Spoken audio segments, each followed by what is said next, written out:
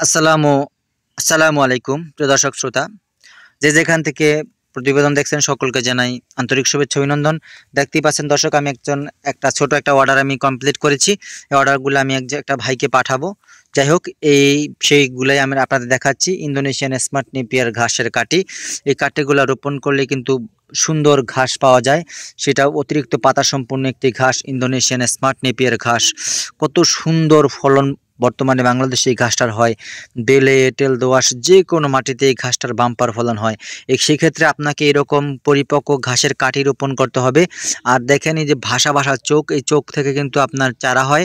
এই চারা একটার পর একটা বৃদ্ধি হতেই থাকে।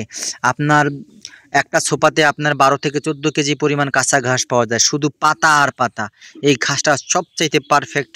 এই ঘাস আপনার প্রত্যেকটা গবাদি পশু স্বাচ্ছন্দ্যে খেয়ে থাকে মনের মতো। খুবই পছন্দের একটি ঘাসটি, রসালো মিষ্টি স্বাদযুক্ত ঘাস। দর্শক, যদি আপনি ইন্দোনেশিয়ান স্মার্ট নিপের ঘাস রোপণ করতে চান, তাহলে এরকম পরিপক্ক সুন্দর কাঠি আপনাকে রোপণ করতে হবে।